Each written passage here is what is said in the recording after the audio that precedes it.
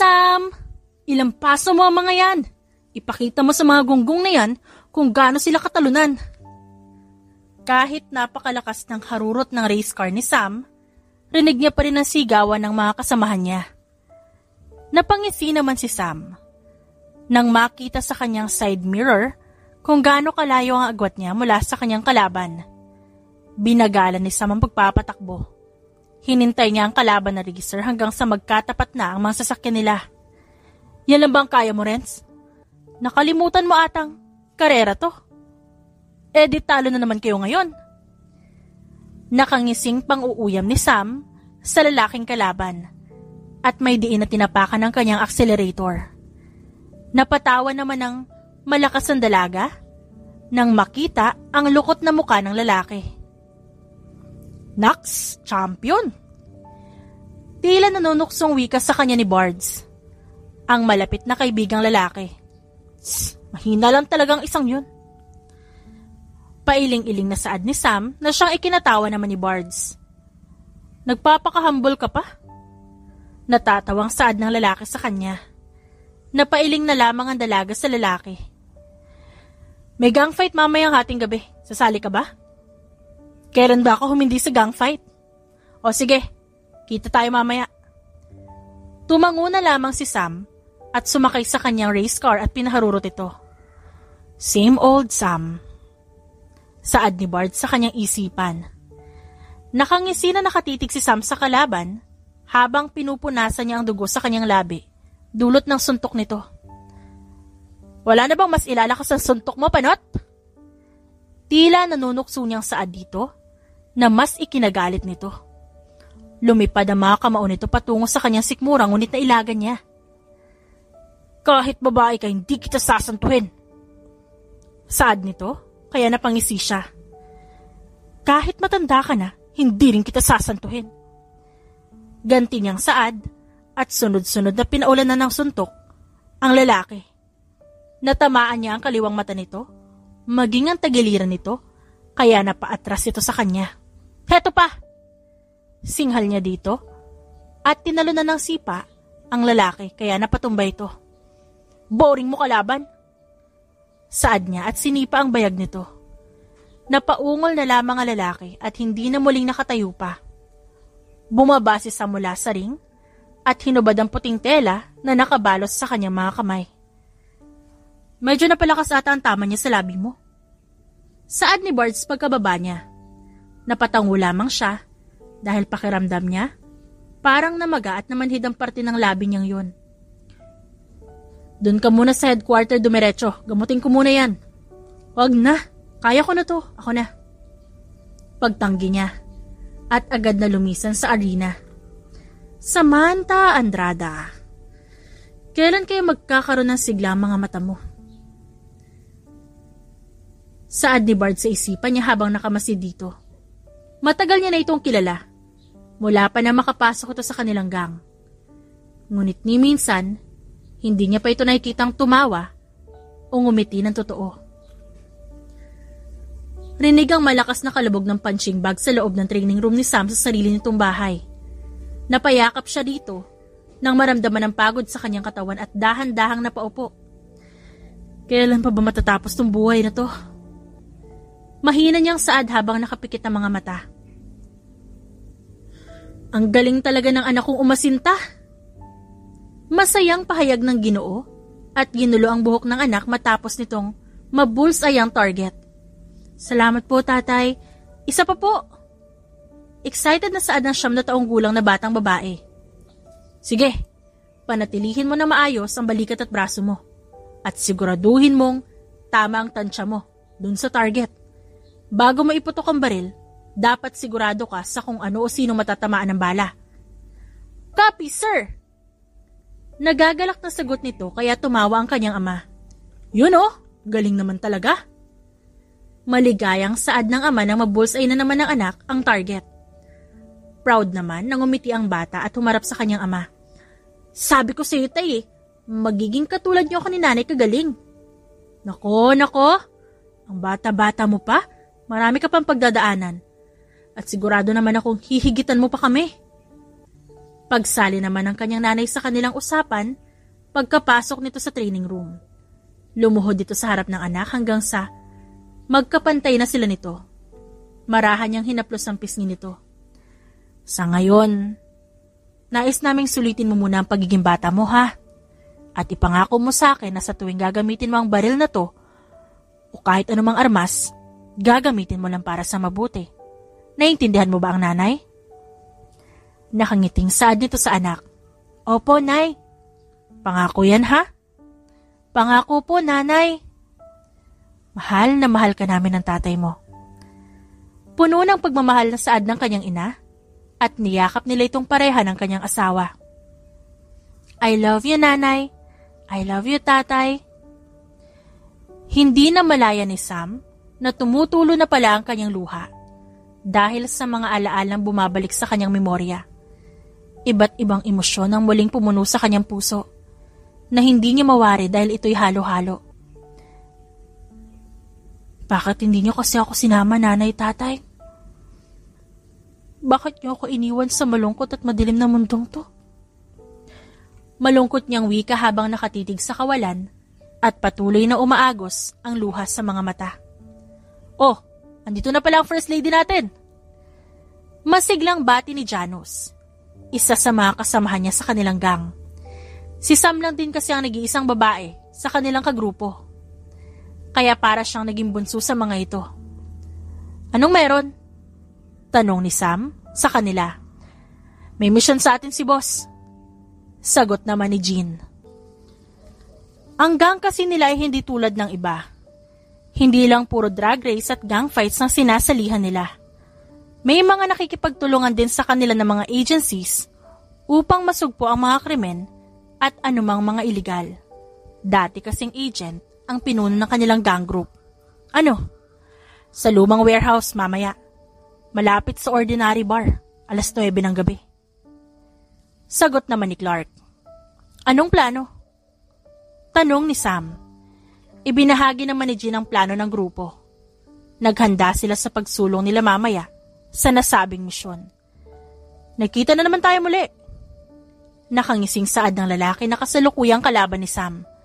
Isa pa lang, illegal na transaksyon ng droga ang misyon na ibinigay sa kanila. Sa dami ng mga pangit na nakilala ko, hindi ko na maalala kung sino ka sa mga yun. Walang kagatong-gatong at emosyon na saad ni Sam sa lalaki. Halata sa mukha nito ang pagkainis. Hindi ko alam na may busilak din pala kayong puso sa pagtulong sa mga gunggong na agencies. Pero pasensya na, hindi kayo magtatagumpay sa misyong to. Dadaan muna kayo sa mga kamay ko. Wika nito at iwinasiwas ang balisong kay Sam, ngunit mabilis niyang naiwasan ang mga atake nito. Hindi ko rin akalain na may mas isasama pa pala yung mukha mo, estiyang budhi mo. Nang iinis na saad ni Sam, inambahan siya nito ng suntok habang may nakakabit na matutulis na bagay sa mga daliri nito. Ngunit naiwasan nito ni Sam at nahawakan niya ang braso nito. Mabilis at malakas na ipinilipit ito ni Sam habang hinarang niya isa sa kanyang paa sa paa ng lalaki at mabilis na siniko ang sintido nito. Napaatras ang lalaki at ginamit ni Sam ang pagkakataon na yon at binunot niya ang kanyang baril at tinamaan na magkabilang tagiliran ng lalaki, kaya napatumbay ito.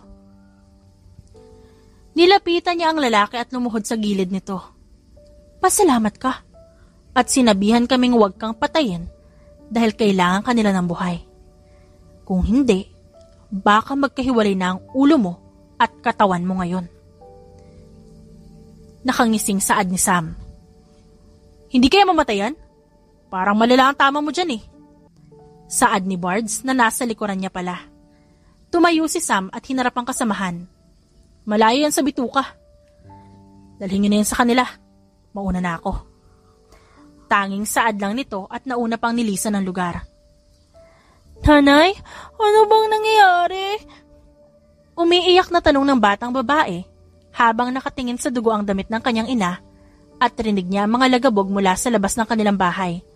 Celia, itago mo na si Samantha. Natatarantang wika ng kanyang ama na mas lalong nagpakaba sa kanya. Tatay, bakit po? Ano ba kasing nangyayari? Shh, anak, wag na maraming tanong, okay?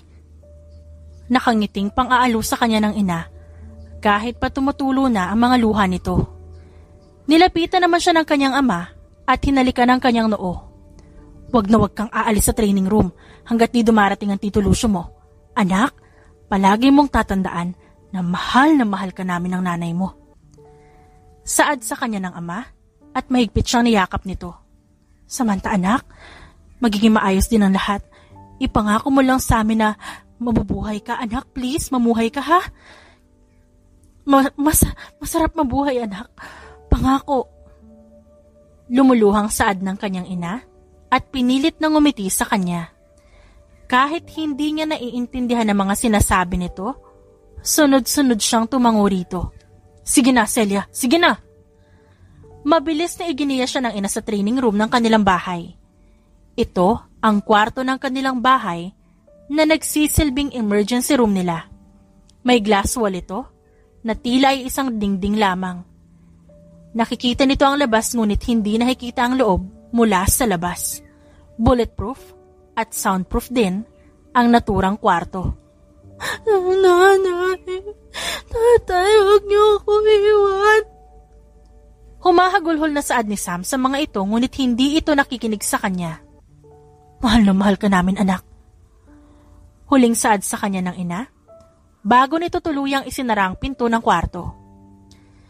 Napaigtad si Sam nang may biglang pumasok sa kanilang bahay. Kitang-kita niya mula sa loob ng kanyang kinaroroonan kung paano nakipaglaban ng kanyang mga magulang. Nanay! Tatay! Malakas niyang sigaw kahit alam niyang hindi siya maririnig ng mga ito. Malakas ang sigaw ni Sam. Sobrang lakas ng sigaw niya nang makita kung paano sinaksak ng isang punyal ang kanyang ama sa bandang puso nito. Hindi pa ito nakontento at inikot pa nito ang punyal na nakasaksak mula sa puso nito. Sumigaw si Sam nang akmang sasaklolo ang kanyang ina. Ngunit mabilis itong binaril ng parehong lalaki. Nasapul ito sa ulo at agad na natumbay ito. Dumanak ang napakaraming dugo. Napaupo na lamang si Sam at nakatingin sa mga nakahandusay na katawan ng kanyang mga magulang mula sa kanyang kinaroroonan. Kinabahan siya nang mapatingin ng lalaking pumatay sa kanyang mga magulang sa gawin na kanyang kinaroroonan. Mas lalong lumakas ang tibok ng kanyang puso nang lumapit ito sa glass wall. Kumunot ang noo nito, ngunit umalis din at bumalik sa katawan ng kanyang mga magulang. Kinuha nito ang tela sa kanyang muka at kitang-kita niya ang buong pagmumuka nito. Para itong may sinabi sa patay na katawan ng kanyang mga magulang at tumawa. Napakuyom ang kamao ni Sam at inalalang, mabuti ang mukha ng demonyong pumaslang sa kanyang mga magulang. Tumatak sa kanyang isipan ng tattoo na naroon sa leeg ng lalaki. Hahanapin kita. Pagbabayarin kita. Napabalikwas ng bangon si Sam mula sa masamang panaginip. Tagaktak ang kanyang pawis at napakabilis ng kanyang paghinga. Napapikit na lamang siya habang sunod-sunod na umagos ang kanyang mga luha. Sana nga ay isang masamang panaginip lamang ang pangyayaring yon. Mahinang sambit ni Sam. Kinapa niya mula sa ilalim ang isang punyal. Kung papaano mo sinaksak ang tatay ko nito, sisiguraduhin kong ganong saksak din na matatanggap mo gamit ang punyal na ito. May diin at galit na sambit ni Sam habang madilim na nakatitig sa punyal.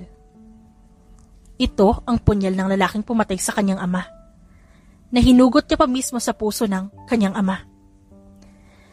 Naiwan ito ng lalaki ng dali-daling umalis ito nang marinig ang ugong ng sasakyan na pagmamay-ari ng kanyang tiyuhin na siyang leader ng gang na kanyang kinabibilangan. Balang araw, may papatikim ko rin sa iyo sakit na pinaranas mo sa mga magulang ko at sa akin. Mahigpit na napahawak si Sam sa punyal kasabay ng pagtulo ng kanyang luha sa pisngi. Ano bang problema niyo, ha? Ano bang ginawa ko sa inyo? Wika ng isang lalaking may suot pang salamin sa kanyang mga mata habang pinapalibutan siya ng mga lalaking sa tingin niya ay mga gangster. Totoy, ba't ka kasi dumaan dito? Teritoryo namin to. Sagot ng isa habang marahang pinapalo ang batuta sa sariling palad. Teka, may pangalan niyo ba? Kung makaangkin kayo? Tsaka, ito teritoryo niyo? Isang iskinita? Nakakaawa naman kayo. Sagot niya. Kaya nainis sa mga lalaking nakapalibot sa kanya. Aba, hindi ko gusto ang tabas ng dila mo. Saad ng isa at inihampas ang kanyang batuta sa lalaking nakasalamin. Ngunit ito ay pasimple niyang naiwasan. Sa may hindi kalayuan, isang babaeng nakasakay sa kotse ang kunot noong nakamasid sa mga pangyayaring yan sa eskinita. Teka, yun yung mga judging gangster na nakalaban ko na isang gabi Ha! Saad niya sa sarili. Nakita niyang inambahan ng suntok ang lalaki sa gitna, ngunit naiwasan nito ang suntok na sana ay tatama sa ilong nito. Ang yayabang pag nasa ring, pero malalakas lang naman kapag mahina ang kalaban. Tignan natin ang angas niyo. Wika niya at bumaba ng kotse at tinahakandaan papunta sa eskinitang pinagmamasdan niya kanina lang. Parang ang ganda mag-stretching ngayong umaga. Sinadya ni Sam na lakasan ng pagsasalita upang marinig ng grupo ni Jabs. Ang gangster na nakalaban niya noong nakaraan na ngayon ay kinakalaban ng kawawang lalaking nakasalamin. Napalingon naman sa kanya ang grupo ni Jabs na nakasandal na sa pader habang pinaglalaroan nito ang isang balisong. Anong ginagawa mo dito? Matigas na tanong ni Jabs sa babae. Maging ang lalaki nakasalamin napatingin din kay Sam. Sino ba tong babaeng to? Kung paikuti ng balisong sa kamay niya, kala mo laruan. Gangster din ba ang isang to? Tanong ng lalaki nakasalamin sa isipan niya. Oh, kaya pala yan, Jabs! Kunwari ay nasurpresa niyang Saad. Wag mo nga kami lokohin, Andrada. Batid niyang inis pa rin ng mga ito sa pagkatalo nito noong nakaraan. Dahil apelyido niya ang gamit nito. Di ka naman siguro nandito para maghanap ng gulo, di ba? Gulo? Anong gulo? Tila patay mali siya na Saad ng dalaga. Napadaan lang talaga sana ako kaso parang kayo ata ang nagkakagulo. Huwag kang makialam dito, Andrada. Teritoryo namin to kaya off limits ka na dito. Maangas na Saad ng kasamahan ni Jabs. Bahagyang napatawa naman si Sam sa sinabi ng lalaki. Para ka naman bata na nagmamaktol dahil baka maagawan ng lollipop. Nakangising Saad ni Sam. Pinigilan naman ng lalaki nakasalamin na mapahalakhak sa sinabi ng dalaga. Anong sabi mo? Ang sabi ko kamo, para kang batang Hindi natapos ni Sam ang sasabihin dahil biglang may lumipad na kutsilyo sa kanyang direksyon na mabilis niyang naiwasan. Tumama ito sa pader na nasa kanyang likuran kaya't nahulog ito sa lupa. Yumuko naman si Sam at pinulot ang kutsilyo. Muntik na yun Blanko niyang Saad na nakatitig pa sa kutsilyong mula sa kasamahan ni Jabs. Hindi nakaimik ang lahat nang bigla na lamang lumipad ang kutsilyo pabalik sa direksyon na pinanggalingan nito. Nadaplisan ang kaliwang pisngi ng lalaking humagis nito papunta kay Sam at tumulo ang dugo mula sa sugat nito. Pasalamat ka at ayaw ko may mamatay ng ganito kaaga. Walang emosyong Saad ni Sam at may madilim ng ngisi pa sa labi. Napalunok naman ang lalaki na kasalamin habang nakatitig sa misteryosong babaeng nasa kanyang harapan. Naghahamon ka talaga, Andrada? Nang gagalaitin ng Saad ni Jabs at isa-isang umatake ang kanyang kasamahan sa dalaga. Suntok dito, sipa doon, ngunit ni isang atake mula sa mga ito walang tumama kay Sam. Tila napakadali lamang sa kanyang iwasan ng mga atake nito. Namamanghang napatingin ang lalaking nakasalamin habang pinapanood si Sam na nakikipaglaban sa mga kasamahan ni Jabs. Napangisi na lang si Sam habang pinagmamasdan ang mga nakahandusay na katawan ng mga grupo ni Jabs Maging ito namimilipit sa sakit habang nakahiga sa lupa. Lumapit si Sam dito at tinapakan ng tiyan ni Jobs. Maparing o teritoryo mo? Hindi ka pa rin mananalo. Sa susunod, kung gusto mo talagang masukat ang lakas mo, humanap ka ng katapat mo. Hindi yung mas malakas pa sa'yo. Akmang aalis na sana si Sam nang mapalingon siya sa lalaking nakasalamin. Salamat. Nag-aalangang sambit nito, samantalang hindi naman umimik si Sam at tumalikod na sa lalaki. Oh, natagalan ka ata? Tanong ni Bards nang makarating ito sa headquarter. May dinaanan lang. Maikling saad niya habang inaayos ang kanya mga gagamitin sa training. Nag-exercise ka na pala papunta dito? Natatawang saad ni Bards dahil alam niyang pakikipaglaban ang tinutukoy nitong dinaanan. May bagong recruit, Sam. Ikaw nang bahala kumilatis doon. Wika naman ng kararating lang na si Janos. Tumango lamang si Sam at pumasok na sa training room, kung saan naroon din naghihintay ang bagong recruit. May nahanap ka na ba, Sir? Tanong ni Lee sa lalaking kararating lang sa opisina nito. Ang tanging nahanap ko lang, mga gunggong na akala mo ko sinong siga sa kanto. Pailing-iling na saad ng lalaki at umupo ito sa kanyang swivel chair. Tell me the name. Saad naman ni Lee sa lalaking kaharap. Wag na. Ayoko may mamatay ngayong araw. Sambit ng lalaki habang inaalala ang katagang binitiwan ng babaeng nakita niya kanina lamang. Nga pala, may mga bagong dadating na armas mamaya. Kailangan naroon ka dahil mismong pinuno ng kabilang grupo ang maghahatid ng mga armas. Pagpapaalam ni Lee sa lalaking, tinanguan lang siya. Napatingin naman ito sa larawan na nakasabit sa kanyang dingding. Makakamit ko rin ang hustisyang nararapat sa'yo. Pangakong hindi ako titigil hanggat hindi ko sila mahanap. Kahit saang lupalo pa sila naroroon. Napakuyom ang kamao ni Searle habang binabanggit ang mga katagang ito. Next! Sigaw ng babaeng umunguya ng bubblegums nasa counter. Mabilis naman itong pinunch ang mga grocery items ng customer. Akmang lalabas na sana siya ng naturang grocery store nang bigla na lamang pumasok ang 5 lalaki na may dalang mga malalaking armas. Hold up to! Walang gagalaw! Malakas na sigaw ng isa sa mga lalaki habang pinapuputok ang mga baril. Napasigaw ang mga customers at halata sa kanilang mga mukha ang sobrang takot. Another bunch of losers. Aniya sa sarili. Nahimik kayo! Muling sigaw nito habang ang mga kasamahan nito ay dali-daling nagnakaw ng mga grocery items habang ang iba naman ay abala sa counter. Mataman lang na nakamasid ang lalaking nakasalamin sa mga magnanakaw habang ang iba ay hindi nakaimik dahil sa takot. Akmang tatawagan na sana niya ang kaibigan upang ipaligpit na sana ang mga lalaki nang bigla na lamang tumunog ang door chime ng grocery store. Kasabay ang pagpasok ng isang babae na tila walang kaalam-alam sa pangyayari sa loob. Hoy! Taas mo mga kamay mo! Tumayo ka rin sa gilid! Singhal ng lalaki at tinutukan pa ang babae ng armas. Ngunit tila wala itong narinig at patuloy lang ito sa pagkuha ng mga grocery items. Hoy miss! Di mo ba ako narinig? Galit na singhal nito. Lahat ng nasa loob maliban sa lalaki nakasalamin ay tila silang natatakot para sa babae. Ngunit ang babae ay wala lamang itong imik ni paglingon sa lalaking kanina pa siya sinisigawan hindi nito ginawa. Sa inis ng lalaki, pinaputok nito ang baril at tinamaan ng sodang nasa tabi ng babae.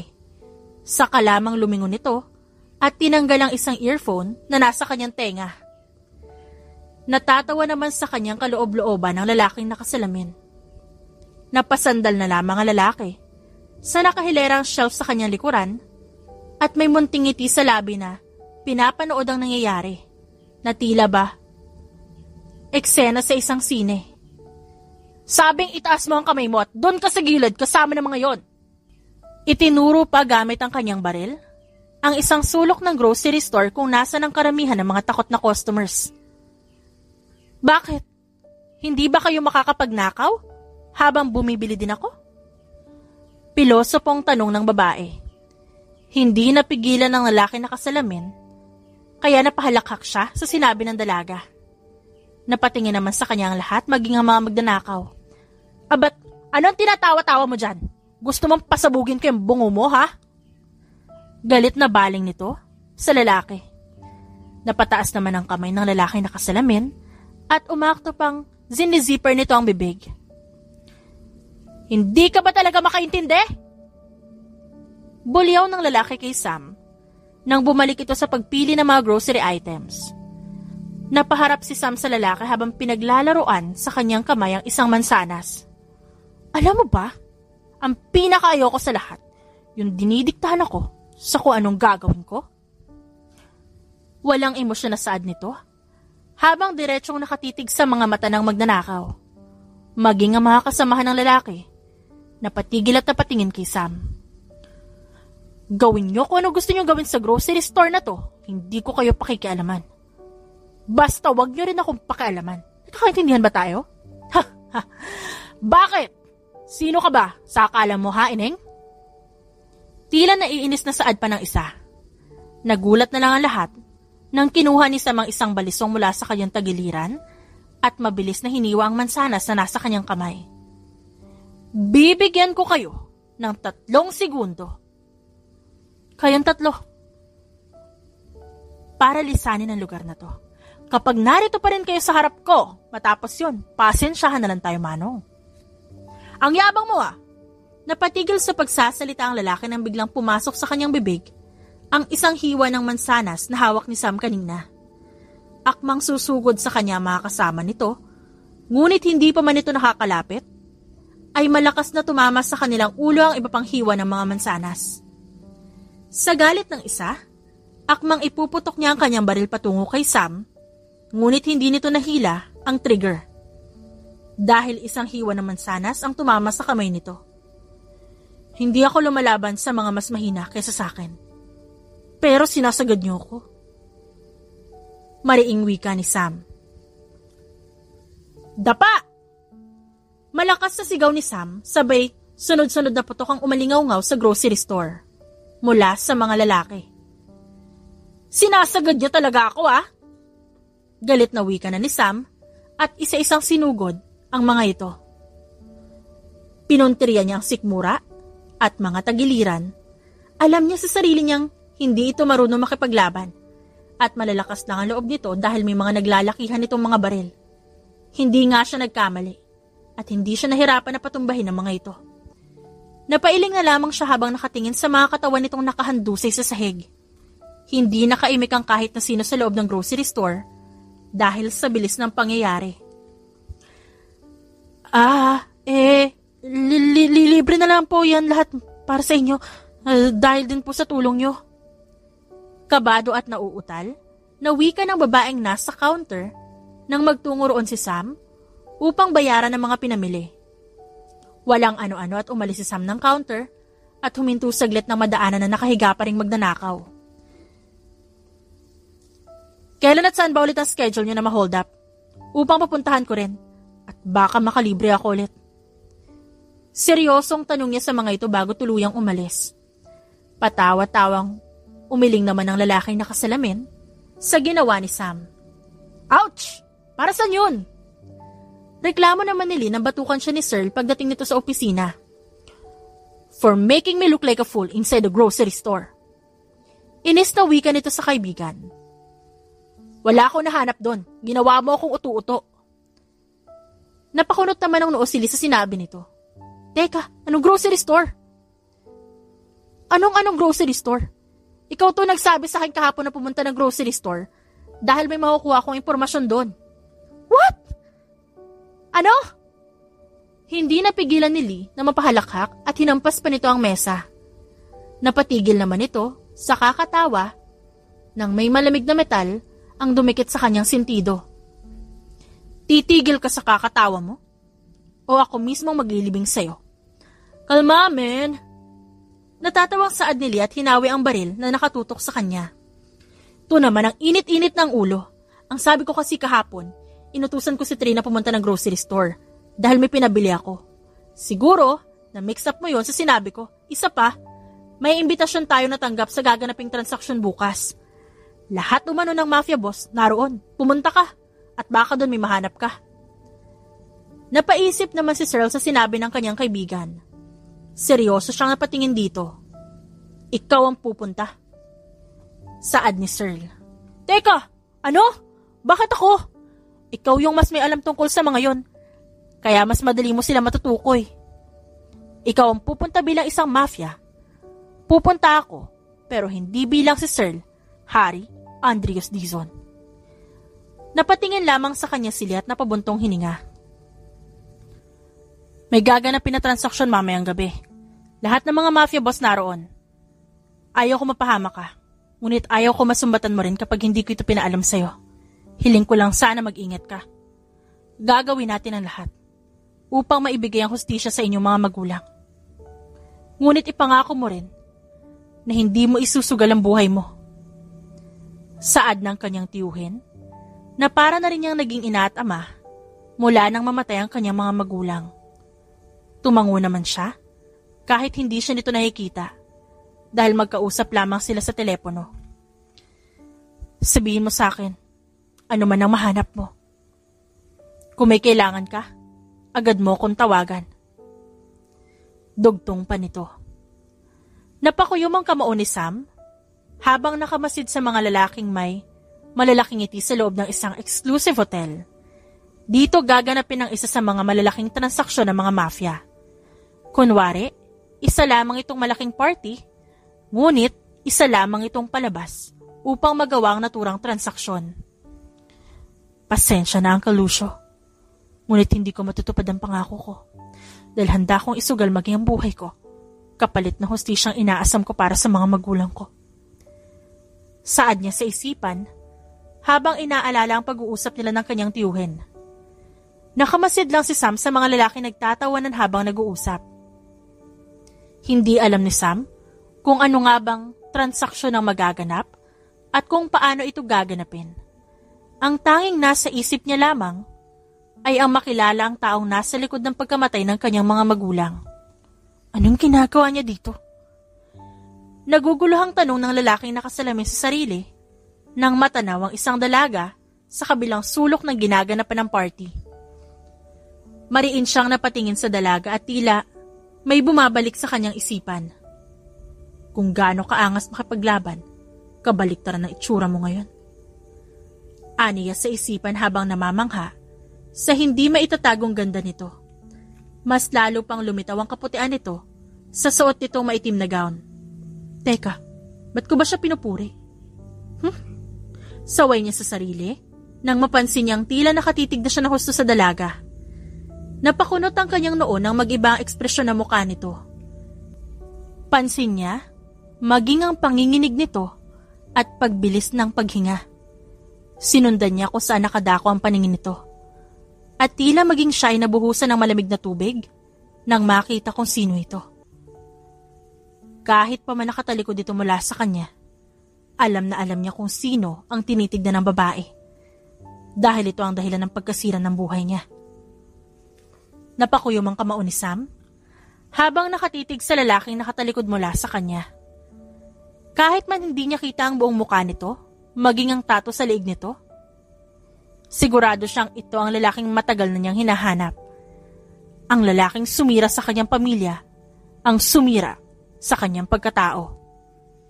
Pinipigilan ni Sam ang sarili dahil baka bigla siyang magwala doon. Ilang taon at makakaharap na rin niya sa wakas ang demonyong kumitil sa buhay ng kanyang mga magulang. Pilit niyang pinipigil at kinakalma ang sarili. What is she doing? Ano bang binabalak ng babaeng to?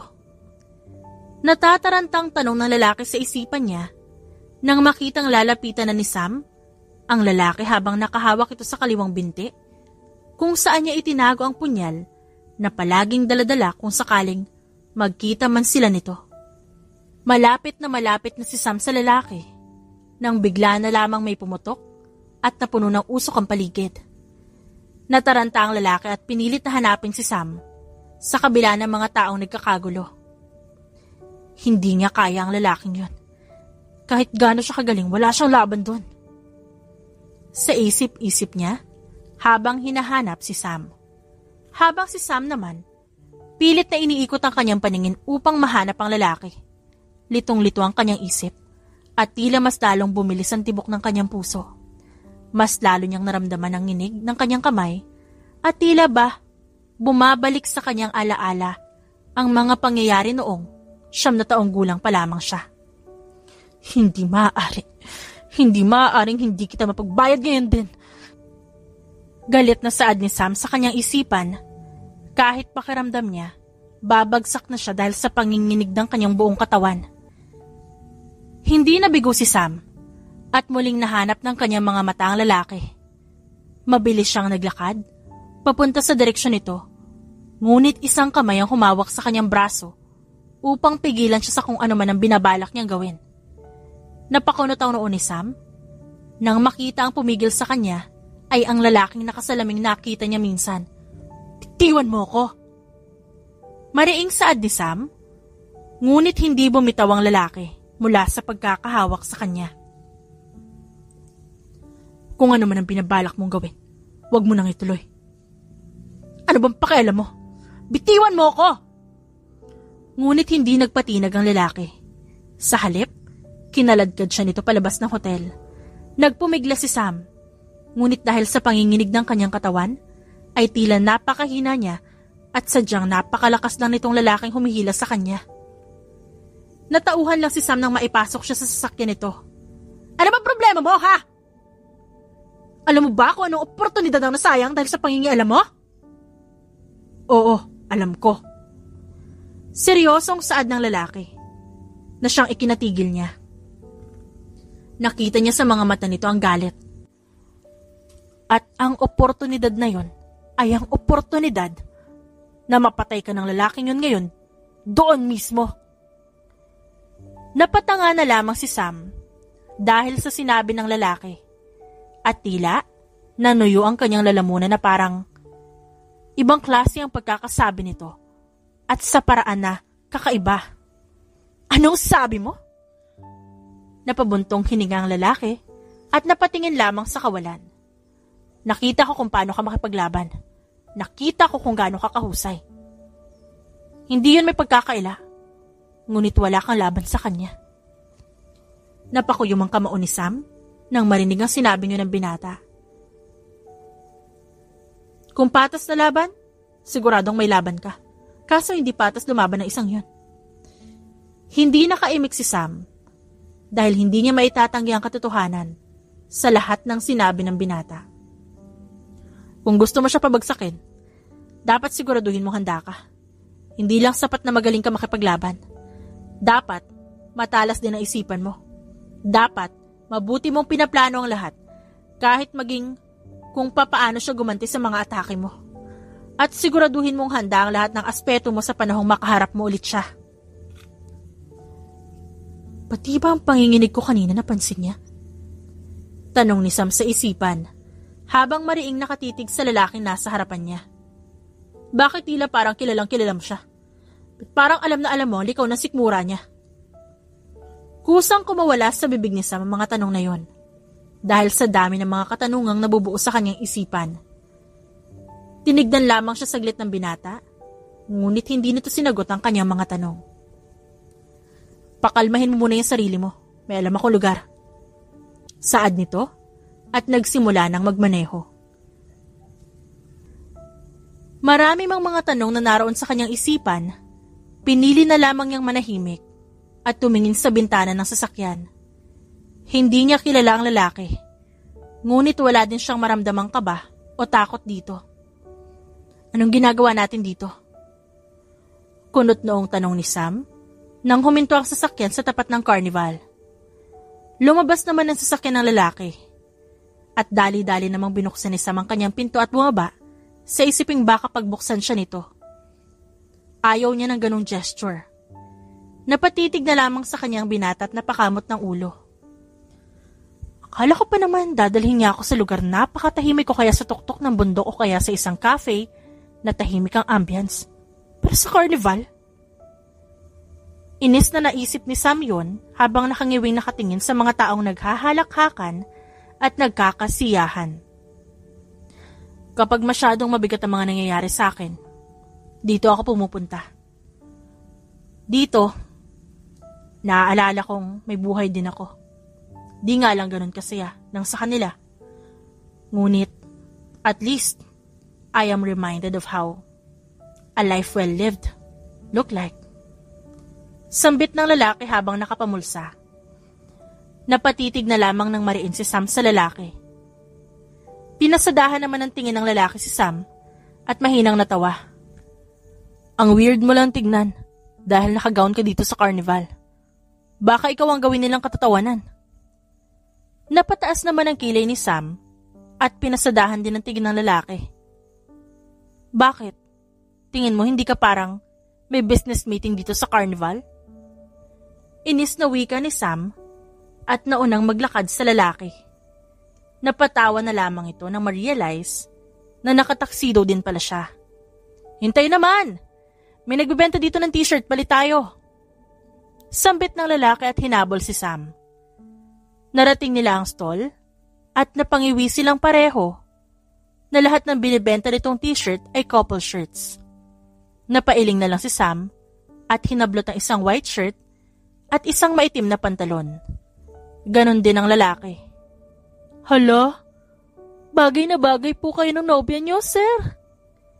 Kinikilig na saad ng ginang na nagtitinda. Napangiwi naman si Sam at napatingin sa t-shirt na suot nilang dalawa.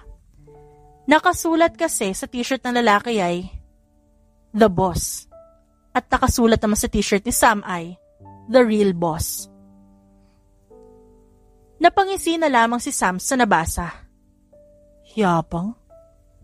Bulong naman ng lalaki. Matapos bayaran, ay inikot nila ang buong carnival at tila wala man lang emosyon si Sam habang pinagmamasdan ng iba't ibang kasiyahan na naroon. Matapos nila mag-ikot, umupo sila sa isang bench na nasa gitna. Teka nga, kanina pa tayo magkasama. Ngunit hindi pa kita kilala.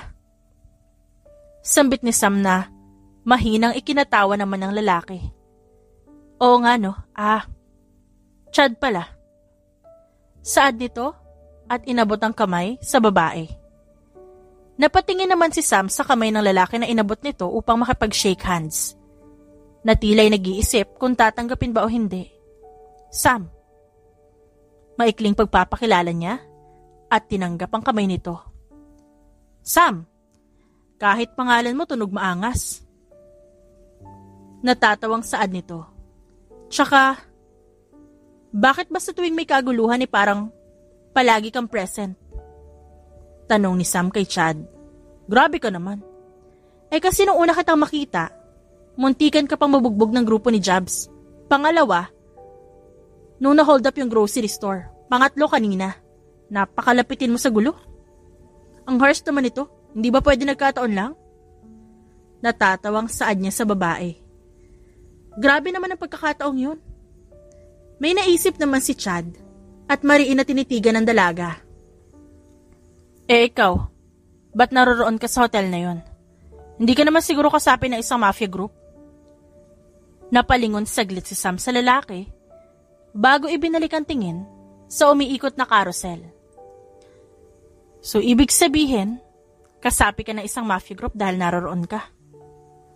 Balik niyang tanong kay Chad na nagpatahimik dito. Napabuntong hininga na lamang si Chad at napasandal sa bench. Pareho lamang silang napasandal habang pinagmamasdan ng mga batang may mga malalaking ngiti na nakasakay sa carousel. Sana ganyan kasimple ang buhay, no? Halos sabay pa nilang saad. Nagkatinginan naman silang dalawa at napatawa. Si Chad, napangiti sa kanya, habang si Sam ay napailing lang. Tingin mo ba unfair ang mundo? Tanong ni Chad sa babae. Mapait na napangiti si Sam. Sa estado ng buhay ko ngayon, sobra. Malungkot na napatingin si Chad sa babae. Nais niyang malaman kung ano ba ang mabigat na pinagdadaanan nito. Ngunit ayaw niyang lumagpas sa linya dahil kakakilala lamang niya rito. Nag-aalinlangan man, tinapik niya ng marahan ang balikat nito. Nagulat naman si Sam. Pasensya ka na, hindi ko mapigilan eh. Paghingi ng paumanhin ni Chad, tumango naman ng marahan si Samantha. May mga pangyayari talaga sa buhay natin minsan na nakakapag-isip tayo na, bakit ba sa akin nangyayari to? Sa dinami-rami ng tao sa mundo, bakit sa akin pa? Napabaling naman si Sam kay Chad habang nagsasalita ito at ramdam niya ang bigat ng bawat kataga na binabanggit nito. Pero alam mo, kaya gustong-gusto ko rin pumunta dito. Dahil sa bawat punta ko dito at kapag naaalala ko ang mga tanong na yun, naiisip kong mas mabuti na sigurong sa akin nangyari yun. Ayokong pawiin ang mga ngiti at tawa ng mga taong naririto. Dahil sa pait na mga pinagdaanan ko na minsan hinihiling ko na sana hindi na lang nangyari sa akin. Tila may humaplos sa puso ni Sam habang nakikinig sa binata. Sigurado siyang hindi rin madali ang pinagdaanan nito. Ngunit namamangha siya sa mga salitang lumalabas mula sa bibig nito.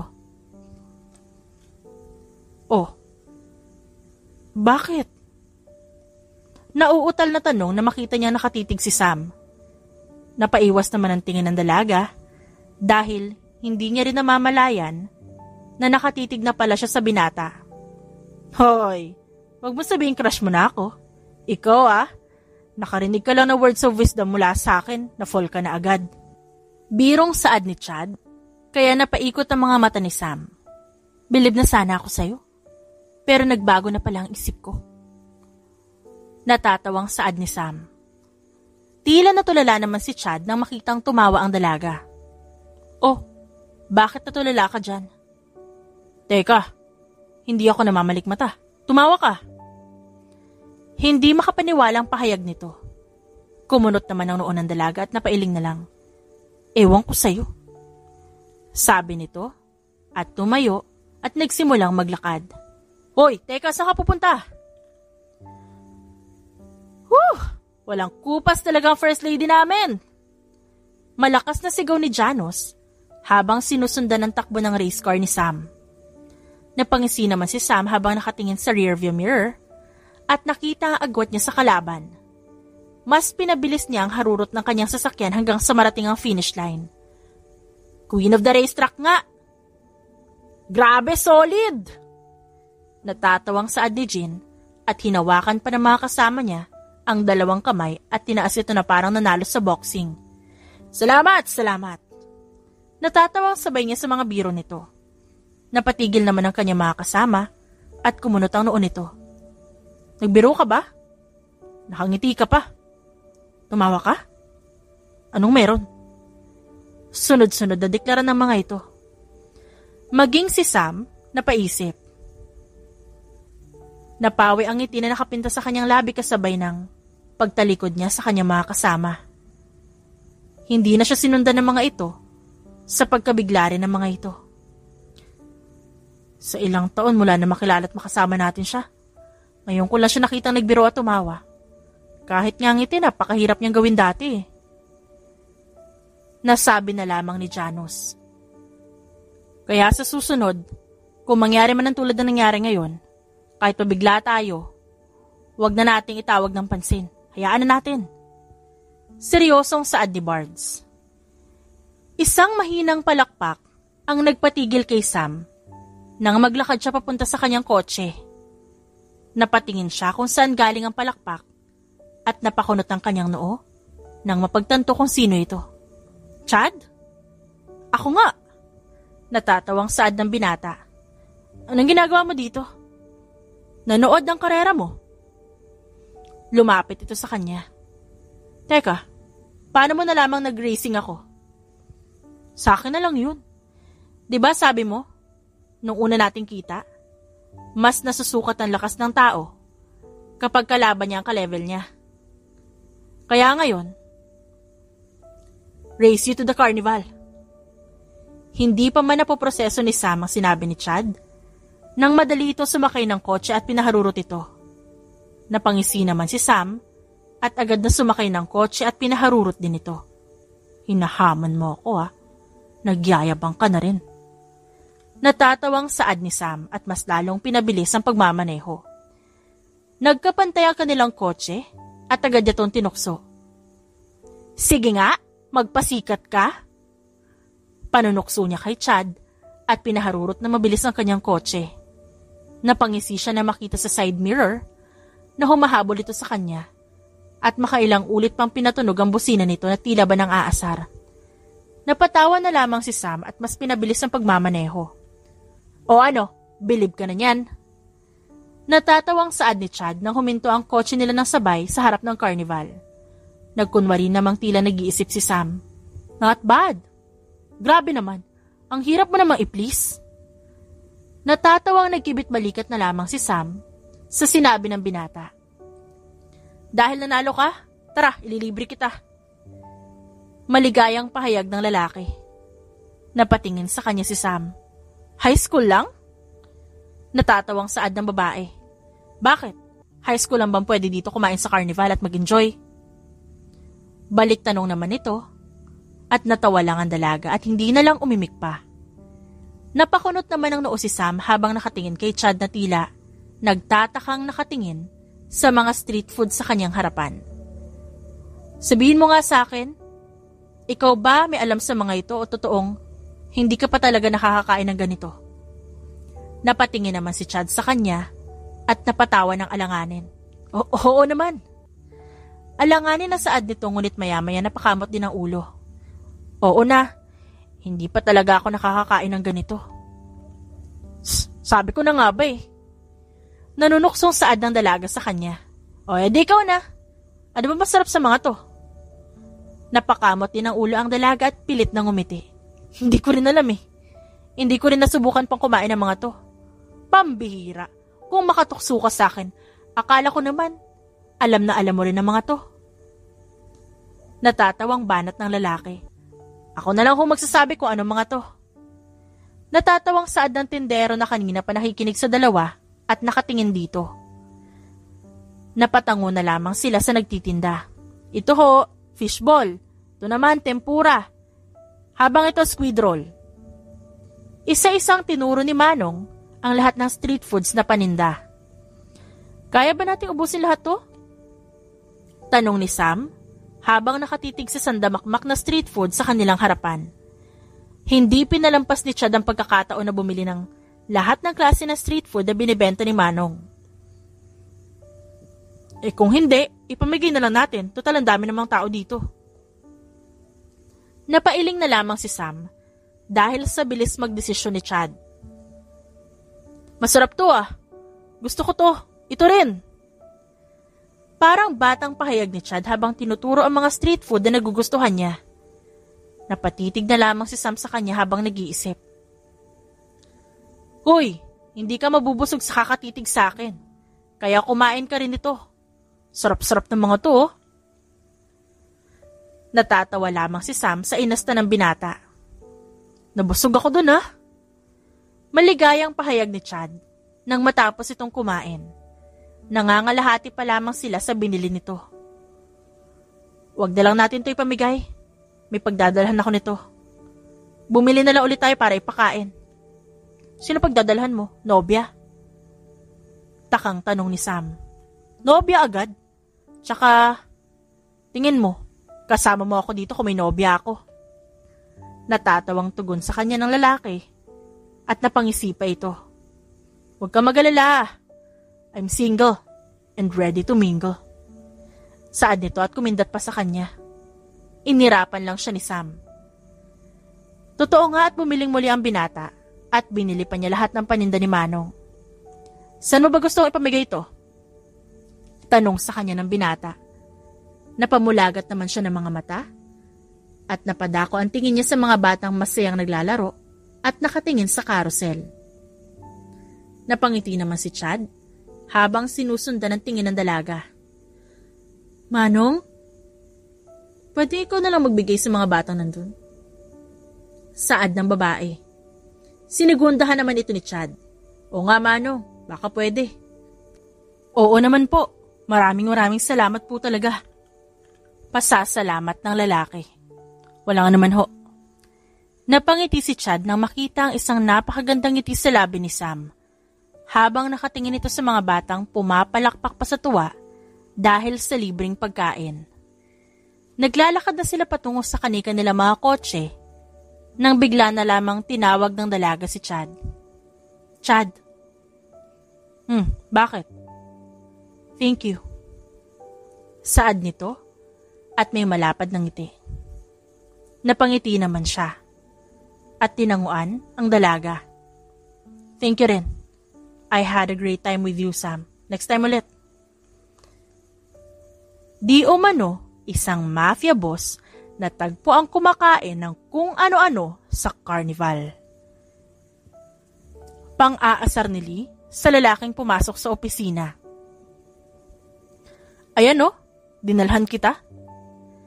Saad ng lalaki sa kaibigan. Napatitig naman sila dito na tila inuusisa ito.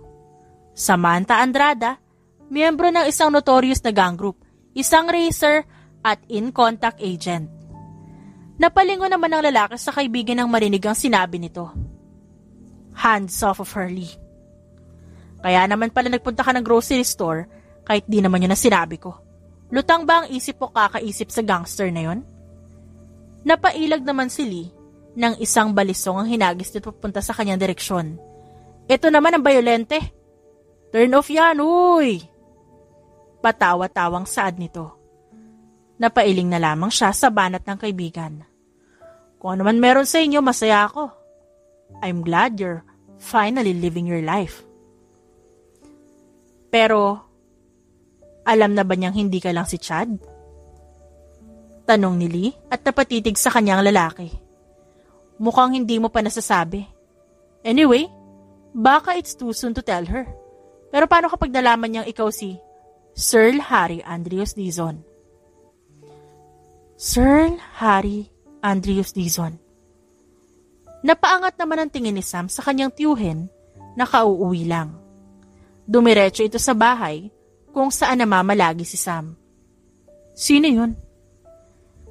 Siya ang isa sa mga tinitingalang mafia boss sa mundo ng mafia dahil sa kanyang ari-arian at mga koneksyon. Kung makikilala lang natin siya, maaari tayong humingi ng tulong sa kanya. Posible ba yun? Isa siyang mafia boss. Siguradong hindi ganun kadali ang humingi ng tulong sa kanya.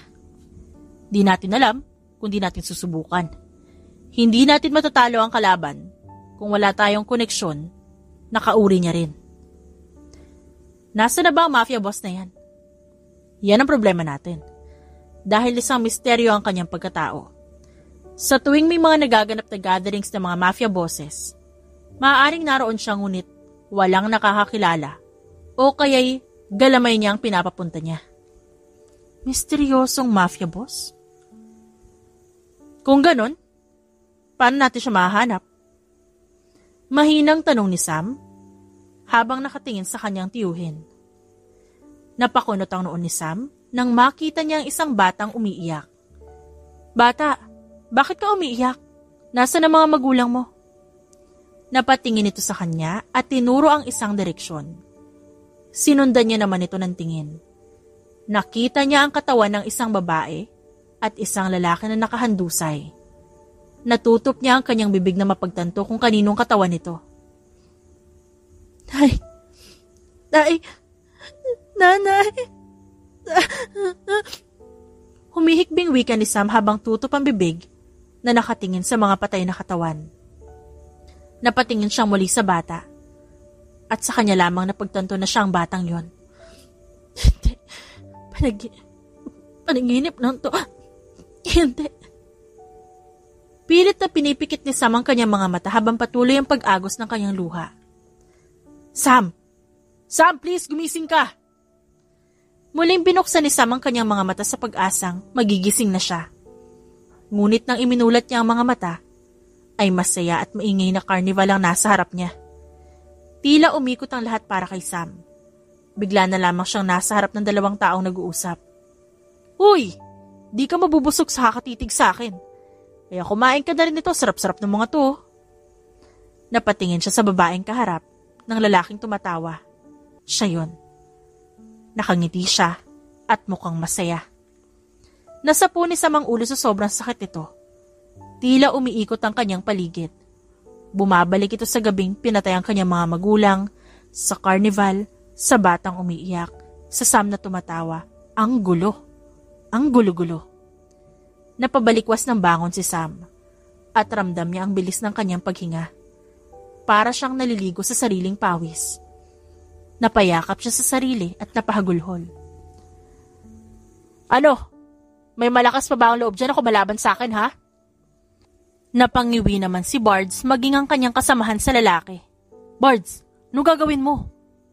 Tanong ni Janos dito nang magsimula itong maglakad papunta sa ring. Ngunit hindi pa man ito nakakalapit. Isang babae ang mabilis na sumampa. Sam! Gulantang na sabay na tanong ng mga kasamahan ng babae.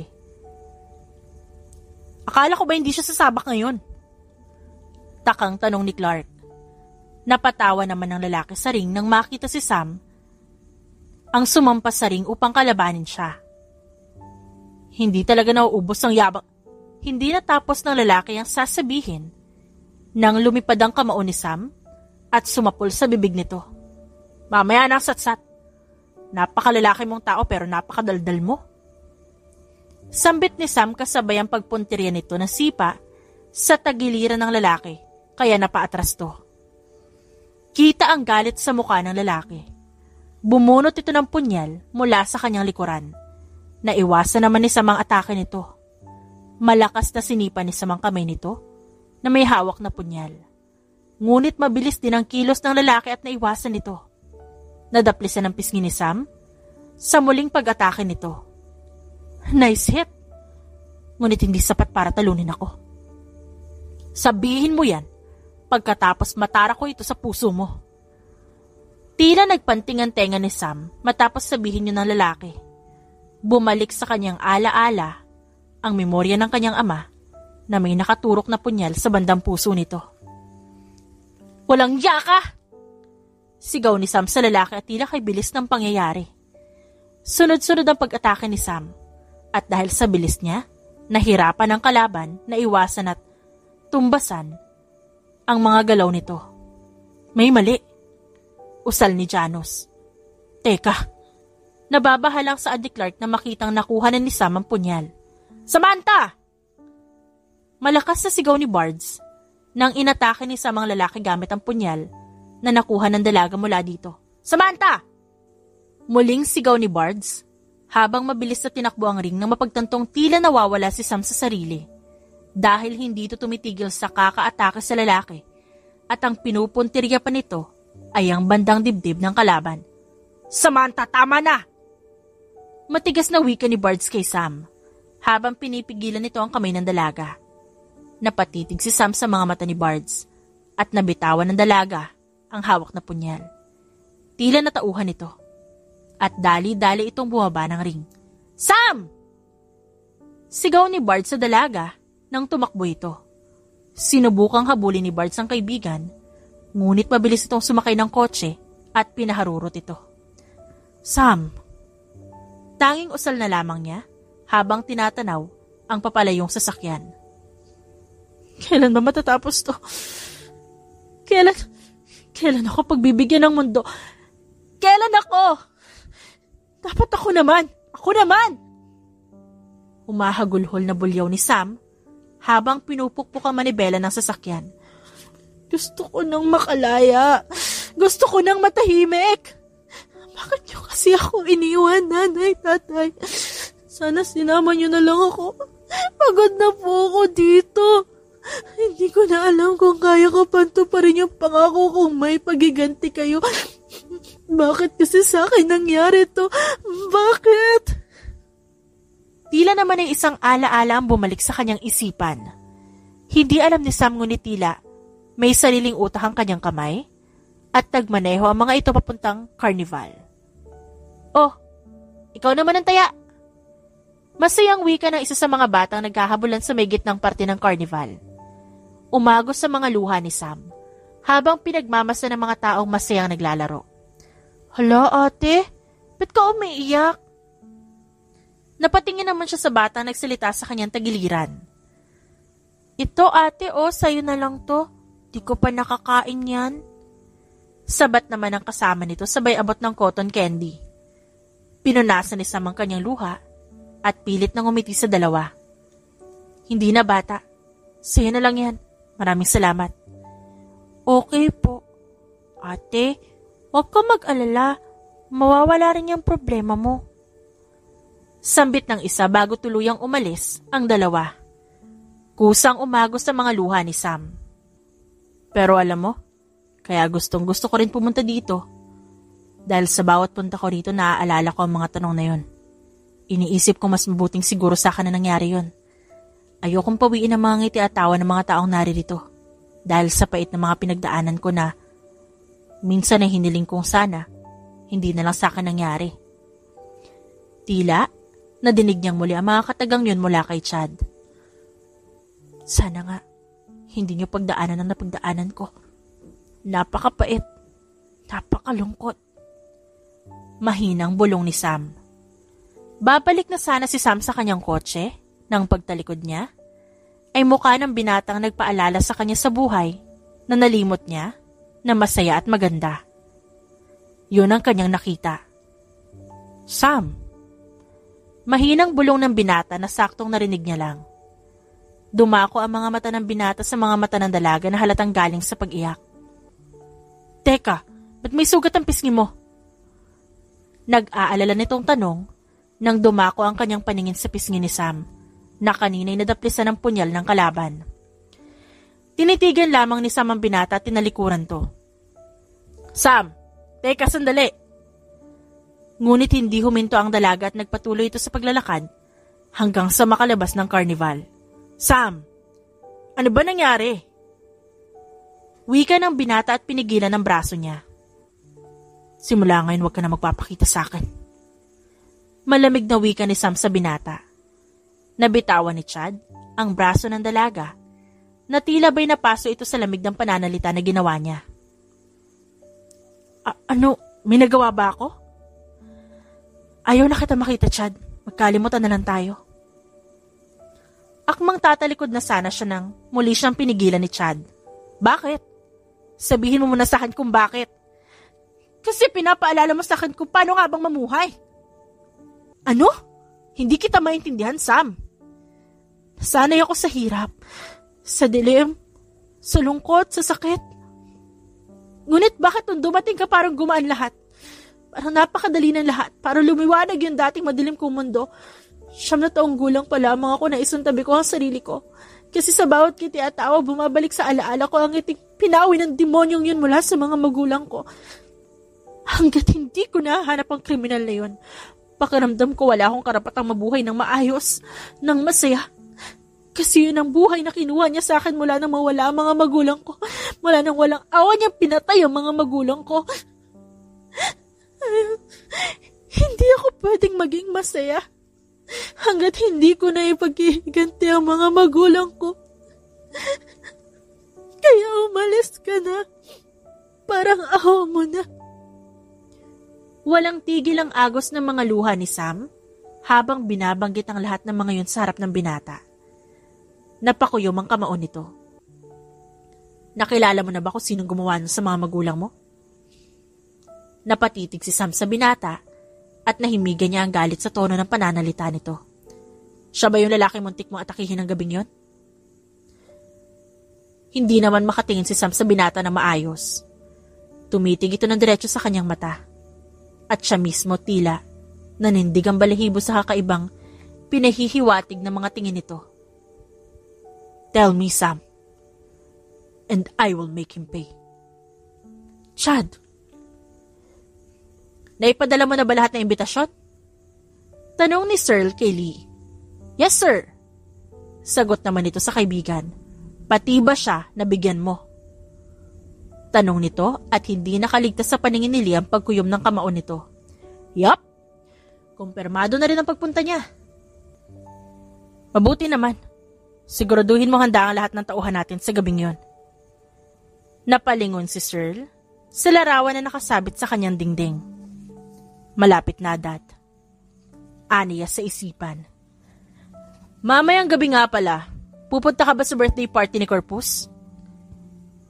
Tanong ni Liz sa kaibigan patungkol sa imbitasyon na natanggap kanina lang sa gaganapin na birthday party ng isang tanyag na mafia boss. Pupunta rin si Samantha Adrada. Pasensya na at naghalungkat ako. Nagtataka kasi ako kung paano nakakapasok siya sa mga gatherings sa transaksyon ng mga mafia kung gangster siya. Napag-alaman kong malakas ang koneksyon ng mga pamilya niya. Hindi lang sila basta gangster. Napakalawak ng sakop nila. Kaya nagtataka rin ako bakit pinaglalaanan niya ng oras ang pagpunta sa mga pagtitipon ng mga mafia bosses? Saad ni Lee na tila napapaisip. Dahil pareho naming pinupunteriya ang iisang tao. Napalingon naman si Lee sa kaibigan na tila nagulat. You mean? Hindi matapos-tapos nila ang sasabihin dahil tila ay naiintindihan na nito kung ano ang nasa isip ng kaibigan. Tonight, I will be attending a Sir Harry Andrews Dizon. Welcome, guests! Panimula ng host sa naturang party. Hindi naman napigilan ni Searle na igala ang kanyang paningin sa mga taong naroroon sa party habang nagsasalita ang host. Bago pa siya pumunta dito, napag-alaman niyang may magaganap na ambush sa party na ito. Sa dami ng mga nakaaway ng mafia na ito ay hindi imposibleng hindi rin ito pinaghandaan ng mga posibleng pag-atake na magaganap. Kaya sigurado siyang magiging magulo ito. Napakunot ang noon ni Sam nang mamataan ng isang lalaki sa may di kalayuan. Sa tayo nito, sigurado siyang isa ito sa mga mafia bosses na nandirito sa party. Palingalinga ito na tila may hinahanap. Napaisip si Sam kung saan niya nakita ito dahil tila napakapamilyar na mukha nito. Nagtama ang kanilang paningin at tila may nabubuo sa kanyang isip. Hindi siya maaaring magkamali. Chad? Isang putok ng baril ang umalingaw-ngaw sa lugar na ginaganapan ng party. Ilang segundo lang, sunod-sunod na putok ang narinig ng lahat. Gaya ng lahat, mabilis na dumapa si Sam. Parang isang massacre field ang kanyang kinaroroonan nang mag-angat siya ng tingin. Lahat ay may kanya-kanyang armas at nakikipaglaban. Tumayo si Sam at saktong nagtama ang tingin nila ng isang lalaki. Tila bumalik ang kakaibang pakiramdam niya nung gabing yun sa hotel. Hindi niya tinantanan ng titig ang lalaki hanggang sa humakbang siya patungo rito. Ngunit isang suntok ang muntik na sanang tumama sa kanya kung hindi niya ito naiwasan ng mabilis. Sinangga niya ang bawat atake nito at ginantihan ng sipa at suntok. Hindi nga madaling kalaban ng mga tauhan ng mafia. Mahina niyang sambit habang patuloy na nakikipaglaban sa lalaking sumugod sa kanya. Batid niya na isa itong mafia o galamay ng mafia dahil tanging nakakapasok na naman dito ay mga kasapi sa mundo nila. Mabuti na lang talaga at maraming koneksyon ng uncle niya. Isang putok ng baril ang kanyang narinig kasabay ng pagtumba ng lalaking kanyang kalaban. Nang matumba ang katawan nito, nagkaharap sila ng binatang kani-kanina lang pinakatitigan niya. Magsasalita na sana siya ng may sumulpot na lalaki. Bigla, napalibutan silang dalawa ng binata. Nagsimula nang umatake ang mga lalaking nakapalibot sa kanila. Ngunit tila ay napatameme si Sam dahil sa bilis ng pangyayari. Bago pa man siya makaiwas at makaganti sa bawat atake ng kalaban, naunahan na siya ng binata. Napakahusay at napakabilis ng mga galaw nito. Tila ay nanonood lamang siya ng isang action movie sa mismong harap niya. Ilang sandali pa lamang, bumagsak na ang mga ito at hindi niya namalayang hila-hila na pala siya ng binata. Nasaan tayo? Tanging tanong na lamang niya nang huminto ang kotse. Sa bahay ko. Alam kong ayaw mong pagbuksan ng sasakyan. Pero maaari bang pagbigyan mo akong gawin to? Simula ngayon? Pahayag ng lalaki sa kanya nang pagbuksan siya nito ng pinto. Napatingin na lamang siya sa binata at bumaba na ng sasakyan. Napatanga siya sa mansyon na tumambad sa kanyang harapan. Tahimik siyang sumunod sa binata habang naglalakad dito papasok. Tila mahihilo siya sa laki ng espasyo sa loob ng mansyon. Namangha siya sa sobrang ganda nito. Iginiya naman siya ng binata na maupo sa couch sa sala. Ikaw lang mag-isa dito? Hindi niya napigilang itanong yon nang mapansing walang ibang tao maliban sa kanila. Marahan namang tumango ang lalaki. Hindi naman ako dito namamalagi. Kung ikaw sanay na mag-isa, ako naman hindi. Ayoko sa pakiramdam na mag-isa. Kaya hindi ako nakakatagal dito. Minsan sa opisina ako namamalagi o kasama ng mga kaibigan ko o kapwa mafia. Sagot ng binata sa kanya. Napaigtad naman siya nang kunin nito ang kanyang braso at dinampian ang kanyang sugat ng bulak na may betadine. Ngayon niya lang napagtanto na may sugat siya at hindi niya nga alam kung saan nanggaling yun. Hindi siya ang totoo mong pangalan. Napaangat ang tingin ng binata sa dalaga. Hindi ito nagtatanong. Nagsasaad ito. Umayos ng tayo ang binata at napatingin sa kawalan. Kagaya mo, maaga rin nawala ang mga magulang ko. Namatay ang mama ko na ipanganak ako. Ang papa ko naman namatay nung 12 taong gulang pa lang ako. Pinatay siya. Nang kaparehong lalaki na pumatay sa mga magulang mo. Nakita niya ang galit sa mga mata ng binata, maging ang pagkuyom ng kamao nito. Inabot niya ang kamao nito na mahigpit na nakakuyom. Marahan niya itong hinaplos at binuksan. Lumambot naman ang ekspresyon ng binata at hinawakan nito ang kamay ng dalaga. I promise, I will make him pay. Pero ipangako mo sa akin na mabubuhay ka sa paraang magiging masaya ka. Kasi sigurado akong hindi ganitong buhay ang gusto ng mga magulang mo para sa'yo. Madilim, malungkot at miserable. Nag-unahan ang mga luha ni Sam sa pag-agos.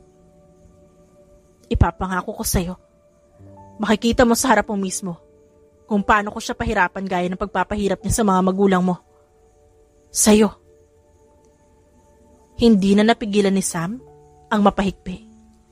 Pakiramdam niya tila may kakampi na siya. May isang tao na handang lumaban kasama siya. Pero sana hayaan mo ang sarili mong maging masaya habang hinihintay natin ang araw na yon. Hayaan mo ang sarili mong isabuhay ang buhay na dapat ay meron ka kasama ang mga magulang mo. Yung masaya, maliwanag at payapa. Bakit mo sinasabi sa akin to? Bakit ginagawa mo ang mga to? Bakit handa kang gawin ang mga yun para sa akin? Sunod-sunod na tanong ni Sam habang patuloy sa pagbagsak ang kanyang luha. Maraming katanungan na nabuo sa kanyang isipan at hindi niya ikakatahimik kapag hindi niya ito natanong sa binata. Kasi Sam, tinuruan mo ko kung paano mabuhay ulit. Kahit hindi mo alam, unti-unti ako nagkakaroon ng rason para mabuhay. Tila may kakaibang alon ng humaplos sa puso ni Sam sa sinabi ng binata. Samantha Andrada, gusto kita. Gustong gusto. Sir Harry Andrews Dizon. Basa ni Sam sa pangalan na nakalagay sa ibaba ng isang portrait na nasa dingding ng binata. Ikaw si Sir Harry Andrews Dizon? Napatango naman ang binata. Kaya pala, Chad. Isang tanyag na mafia ang papa ko.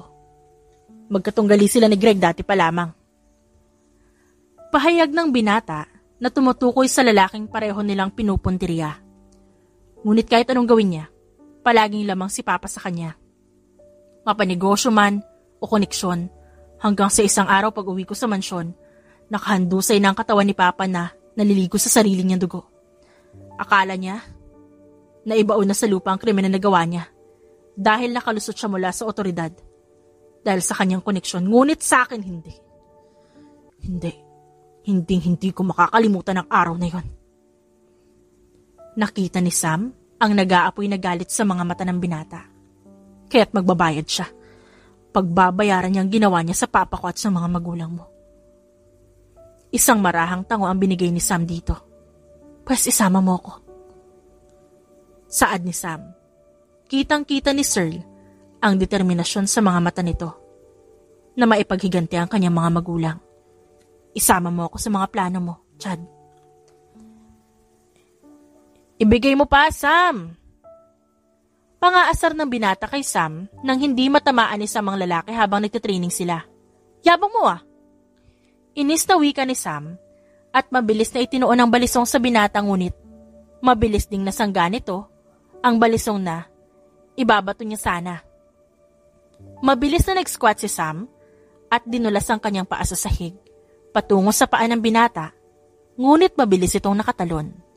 Muling tumayo si Sam at ipinilipit ang braso ng binata at mabilis na siniko mula sa likuran. Napabitaw sa kanya ang binata at napaubo ng malakas dahil tinamaan niya ito sa likod. Oh, ano ko ngayon? Pinagbigyan lang kita, hoy! Ganti naman ito at umupo sa sahig. Tumabi rin si Sam sa binata at napangiti. Kala ko talaga dati lalampa-lampa ka lang. Natatawang saad ni Sam sa binata habang inaalala ang una nilang pagkikita. Natawa naman ang binata sa sinabing yun ng dalaga. Mas madali kasi ako makakagalaw bilang Chad. Walang maghihinala at magdududa. Bakit tinigil mo? Kasi gusto ko makilala mo ang tunay na ako. Ang mundong kinabibilangan ko. Napatitig na lamang si Sam sa mukha ng binata. Andrews. Tanging usal na lamang niya. Napangiti naman ito sa kanya. Parang gustong-gusto ko ang pangalan na yan kapag ikaw nagsabi. Andrews. Pag-uulit niya na may ngiti sa labi. Napatitig ang binata sa nakangiting labi ni Sam. Tila ay may sariling isip ang kanyang kamay na kusang humaplos sa pisngi ni Samantha. Hindi niya napigilan ng sarili na halikan ng dalaga. Tila ay may sariling utak din ang mga kamay ni Sam at kinawit niya ito sa leeg ng binata at mas pinalalim pa ang halikan nilang dalawa. You look stunning. Papuri ni Chad sa dalagang kalalabas na ng kwarto na suot ang pula na backless gown. Hinapit niya ito sa bewang at hinalikan ng marahan ng labi. Ang gwapo mo naman. Nakangiting saad ni Sam habang nakatitig sa mga mata ng binata. Let's go? Sambit nito at inilahad ang kamay sa babae. Let's go. Saad nito at hinawakan ang nakalahad na kamay ng lalaki. Magkahawak ang kamay ng dalawa habang papasok sa isang mansyon kung saan ginanap ang bidding. Lahat ba ng naririto ay mga mafia? Bulong ni Sam sa katabing binata. Yeah. May iba naman na pamilya o kaya mga may bahay ng mafia or their concubines. Napatango na lang si Sam at nabalik ang tingin sa harap ng babaeng nagsisilbing host ng bidding. Mas lalong napangiwi si Sam dahil ang sumunod na item for bidding, isa lamang ashtray na may kakaibang design na kinuha ng babae sa halagang 200 billion pesos. It's not about the item, but the pride of giving the highest bid. Mahinang sambit ng binata sa kanyang tenga na tila nababasa ang naiisip niya. Mahinang natawa si Chad sa kanya nang makita ang kunot niyang noo. Hinawakan nito ang kamay niya at dinala sa ibang bahagi ng mansyon kung nasa ng buffet. Let's get ourselves a drink. Ngumiti naman ang babae sa kanya. Red wine please. Wika ni Chad sa isang waiter na lumapit sa kanila na siyang tinanguan naman ito. Andrews. Napabaling ng tingin si Chad sa dalaga at sinundan niya ang tingin nito. Hinigpitan niya ang pagkakahawak sa kamay na tila ba pinipilit niyang kumalma si Samantha. Mas lalong lumakas ang pintig ng puso ni Sam nang papunta sa kanilang direksyon ng lalaking tinititigan niya kanina. "Hey there!" Nakangiting bati nito sa kanila at pinasadahan ng tingin si Sam bago ibinaling ang tingin sa binata. "Parang pamilyar ka sa akin. Nagkita na ba tayo dati?" Tanong nito kay Chad. Kakaibang Chad ang katabi ni Sam ng mga oras na yon. Ngayon niya masasabing isa nga itong mafia boss. Sa tindig at ekspresyon niya ng oras na yon, nang makaharap ang lalaki ay kakaiba. Sanay siyang lagi itong tumatawa at nagbibiro. Ngunit ng oras na yon, sobrang nakakatakot ito. "I'm afraid not." Sambit lamang nito. "Oh, I see. Siguro may kamukha ka lang. Anyway, I'm Greg de Guzman." Pagpapakilala nito at inilahad ang kamay ngunit tinitigan lamang to ng binata. "Dizon."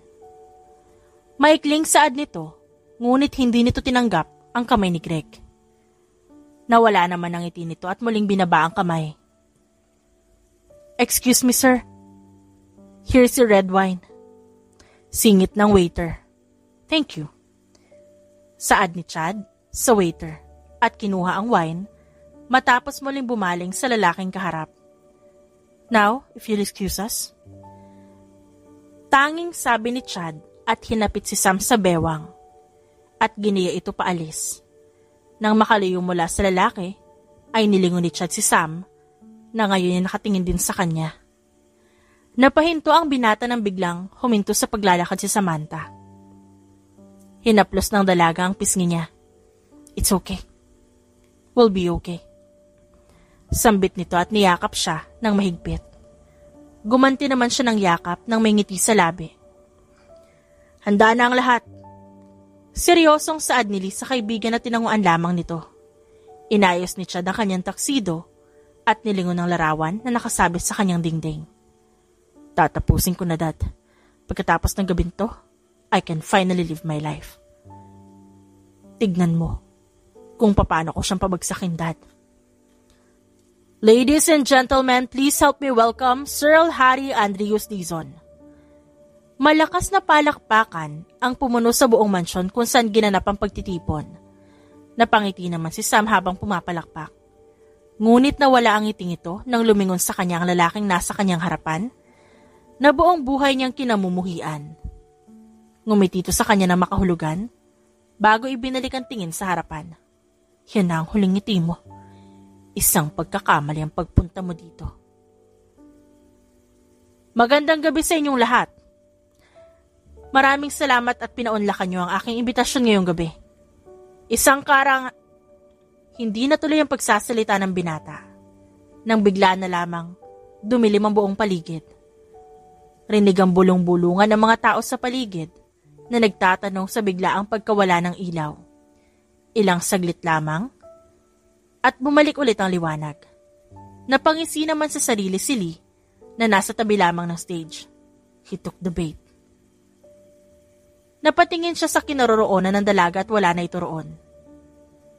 Bago mo pa siya mahawakan, baka napatay ka na niya.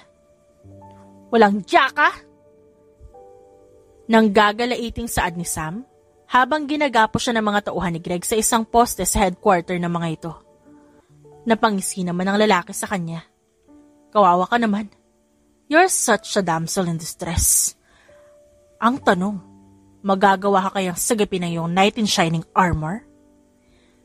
Nanlilisik ang mga mata ng dalaga sa galit. "Diyan ka nagkakamali. Kasi hindi ko kailangan ng ganun." Sambit nito at malakas na sinipa ang mga tauhan nito na nasa kanyang tabi. Nakagapos man ang kanyang mga kamay, hindi ito naging hadlang upang labanan ng mga tauhan nito. Nakita niya sa gilid ng kanyang mata ang isang tauhan nito na akmang sasaksakin siya. Sinalubong niyang panaksak nito ng kanyang kamay na nakagapos. Natamaan nito ang gitnang bahagi ng magkadikit niyang kamay dahil sa pagkakagapos kung kaya't naputol ang pising iginapos dito. Kaagad niyang hinablot ang braso nito at pinilipit. Inilampaso niya ito sa sahig at isinunod ang iba pang mga tauhan nito. Impressive. Rinig niyang saad ng lalaki kasabay ng mahinang palakpak. matapos niyang patumbahin ng ilan sa mga tauhan nito. Magaling pala ang panlasa ng binatang yon. Alam niya kung paano pumili. Nakangising saad nito. Humakbang ito palapit sa kanya. Nakahanda si Sam sa maaaring gawin ito sa kanya.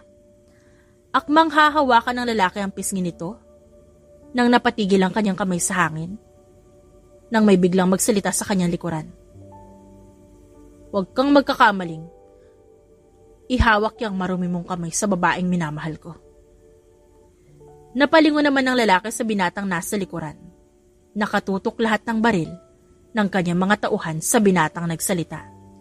Oh, andirito na pala ang Prince Charming mo. Pinabilib mo ko sa bilis ng pagkatuntun mo sa akin. Napangisi naman si Chad at inilagay ang mga kamay sa bulsa. Kahapon pa kami nandito. Napakunot ang noon ni Greg sa sinabi ng binata. Anong sinasabi mo? Mas lalong nagulat si Greg nang ang mga baril na kanina lamang nakatutok sa binata ay ngayon nakatutok sa kanya. Anong ibig sabihin nito? Galit niyang bulyaw sa mga tauhan na akala niya ay sa kanya. Mas lalo mo lamang pinapatunayan sa akin kung gaano ka kawalang silbi na mafia. Maging mga tauhan mo hindi mo kilala? Kahapon pa naming lahat sila napatumba. Ang tanging mga natitira na lamang. Yung kasama mo sa pagdukot ni Sam na ngayon nakahandusay na rin sa sahig. Lahat ng sulok ng headquarters may mga bomba. Isang pitik lang magiging aboy ito kasama mo. Pahayag ni Chad. Tila nanindig ang balahibo ng lahat nang naroon sa paraan ng pagkakasabi niyo ni Chad. Paano nangyari yun? Yung nakita mo kanina nagsasalita? Isang hologram lamang yun. Hindi mo ba nakikita? Babagsak ka na. Bumalatay ang takot at pangamba sa mukha ng lalaki. Kahit pilit niya itong itago, mabilis nitong binunot ang baril at pinaputok. Natamaan naman si Chad sa kanyang kaliwang balikat. Napasigaw si Sam. Sige, barilin mo ko kagaya ng pagbaril mo sa ama ko. Biglang napahalakhak ang lalaki. Anak ka nga niya. Nakuha mo nga ang pagkamatalas ng kanyang isipan. Ngunit gaya niya, mamamatay ka rin sa mga kamay ko. Hindi mo ako kaya, Dizon. Saad dito at muling tinutok ang baril sa binata. Ngunit bago niya ito magawa, isang malakas na sipa ang tumama sa kanyang leeg, sa bandang tato nito. Natumba ang lalaki at nabitawan nito ang kanyang baril. Nilingon ni Chad si Max, ang leader ng kanyang mga tauhan, na kasama niyang lumusob. Kahit anong mangyari, wag na wag niyo siyang babarilin. Hayaan niyong magdusa siya sa kamay namin ni Sam. Gumapang si Greg papunta kung nasa ng baril niya. Ngunit sinipa ito palayo ni Sam. Pilit na tumayo si Greg at hinarap ang dalaga. Masamang damo ka nga. Pero gaya ng lahat ng masasamang damo, kailangan mong bunutin. Ang dami mong sinira. Ang dami mo ng buhay na kinuha. Naalala mo ang punyal na to? Nang gagalaitin niyang tanong sa lalaki kasabay ng pagpapakita ng punyal na pagmamay-ari nito. Ikaw ang anak ng mag-asawang Andrada? Pasensya ka na. Masyado na kasing maraming alam ang mga magulang mo, kaya kailangan ng patahimikin. Magsasalita pa sana ito, ngunit hindi na natuloy. Dahil isang punyal ang tumarak sa bandang dibdib nito. Napatingin si Greg sa kanyang dibdib at ito mismo ang punyal na ginamit niya sa pagpatay sa ama ni Sam. Malalim ang pagkakasaksak nito. Sapul na sapul ang kanyang puso. Unti-unting umagos ang dugo mula rito at mula sa kanyang bibig. Ramdam ni Greg ang unti-unti niyang panghihina. Naalala mo ba kung paano mong nilagutan ng hininga ang aking ama? Mahinang saad ni Sam na nakalapit na sa kanya. Nanlamig siya nang hinawakan nito ang punyal at dahan-dahang inikot habang nakatarak ito sa kanyang dibdib. Ganito. Masakit ba? Saad ni Sam habang patuloy na dahan-dahang inikot ang punyal sa dibdib nito. Bumulwak ang napakaraming dugo mula sa bibig ni Greg. Bago pa man bumagsak ang kanyang katawan, isang putok ng baril ang umalingaw-ngaw sa buong lugar. Nakita ni Sam ang pagkabutas ng noo ni Greg. Malakas na bumagsak ang katawan nito sa sahig, kasabay ang pagdanak ng napakaraming dugo mula rito. Kagaya ng senaryong naabutan ni Chad ng araw na namatay ang kanyang ama. Nagpakawala ng malakas na hininga si Sam at nilingon ng binata. Nakataas pa rin ang kamay nitong may hawak na baril. Nilapitan niya ito at dahan-dahang binaba ang braso nito. Hinawakan niya ang magkabilang pisngi nito at tinitigan ng diretso sa mga mata. Tapos na, Andrios. Nagawa natin, tapos na. Mahinang sambit niya at nagunahan sa pagtulo ang kanyang luha. Mahigpit niyang niyakap ang binata. Nabitawan nito ang baril na hawak. Dad, I did it. You can now finally rest in peace.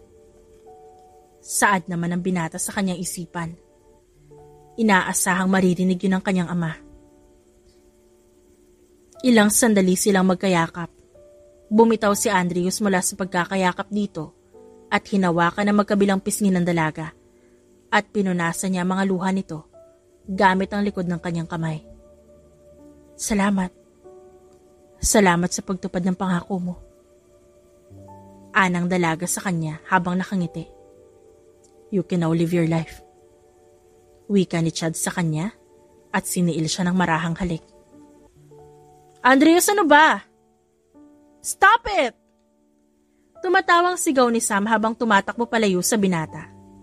Ilang linggo na matapos ang pangyayaring yon, sa wakas nagagawa na nilang umiti at tumawa ng totoo. Huli ka! Natatawang sambit ni Chad at niyakap ng mahigpit ang dalaga na maabutan to. Tumatawang humarap ang dalaga sa binata at hinalikan nito na mabilis. Mahal kita. Saad ni Chad. Napangiti ang dalaga at hinawakan ng pisngi ng binata. Mahal na mahal din kita. Natutop naman ni Sam ang kanyang bibig nang bigla na lamang lumuhod si Chad sa kanyang harapan. May kinuha itong maliit na box mula sa kanyang bulsa at nagunahan sa pagtulo ang mga luha ni Sam nang makita ang laman ng box, isang diamond ring. Alam kong tila napakabilis ng lahat ng nangyari. Sam, we went through hell. Ngayong nagawa na natin ang mga hangad ng mga batang tayo, pwedeng puso naman natin ang ating pakinggan. Maaari bang sulitin natin ang mga natitirang oras ng ating buhay? Maaari bang harapin natin ang magkasama kung ano pa mang darating na kinabukasan? Kasi Sam, ayaw na kitang pakawalan pa. Gusto kitang makasama sa bawat araw, habang buhay. Samantha Andrada, maaari mo bang dugtungan ng iyong pangalan ng aking apelido? Umaapaw sa saya ang puso ni Sam ng mga sandaling yon. Itinayo ni Sam ang binata at siniil ng halik bilang tugon sa tanong nito. Napangiti naman si Chad at hinapit ang bewang ng dalaga na ngayon ay fiancé niya na at pinalalim ang kanilang halikan.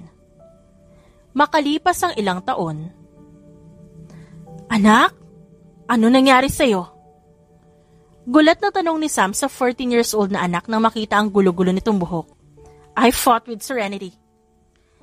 Tila inis na sambit nito na ang tinutukoy ay anak ni Lee. Napabaling ang tingin ni Chad mula sa pagbabasa ng dyaryo sa kanyang anak. Ano? Bakit?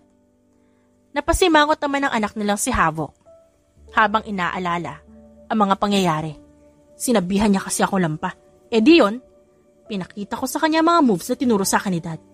Nasira ko yung punching bag niya. Ayun, sinabunutan ako. Pinilit nilang wag matawa sa anak. Maging si Chad ay pilit na wag kumawala ang tawa. Nilapitan niya ang anak at ginulo ang buhok nito. Inaasar ka lang nun. Parang pangaasar lang din sa akin ng Tito Limo. I'm sure. Pinagsabihan na rin yun ng Tito Limo. Bumalik ka sa kanila and you say sorry to her, okay? Okay, Mom. Sagot nito at tumakbo pabalik sa bahay na hindi kalayuan sa kanila. Nakangiting umiiling na lamang si Chad at humarap sa asawa at hinapit ang bewang nito. May nakikita akong future. Natatawang saad niya rito na siyang ikinatawa ni Sam. Mahina siyang hinampas ng asawa sa dibdib. Ikaw talaga, pero ako rin. Humagikik na wika nito. Marahang hinaplos ni Chad ang pisngi ni Sam. Masaya ako na ikaw ang katuwang ko sa buhay. Ako rin. I love you. I love you so much. Buong pagmamahal, nasaad ni Chad at ginawaran ng matamis na halik ang asawa. Ew! Kadiri! Sabay na sigaw ng isang binatilyo at dalagita. Kaagad namang napalingon ang mag-asawa at napatawa nang makitang naroroon pa lang anak nilang si Havoc kasama si Serenity na ngayon ay parehong tinatakpan ng kanilang sariling mga mata. Dahil doon, napatawa na lamang ang mag-asawa sa dalawa. The End.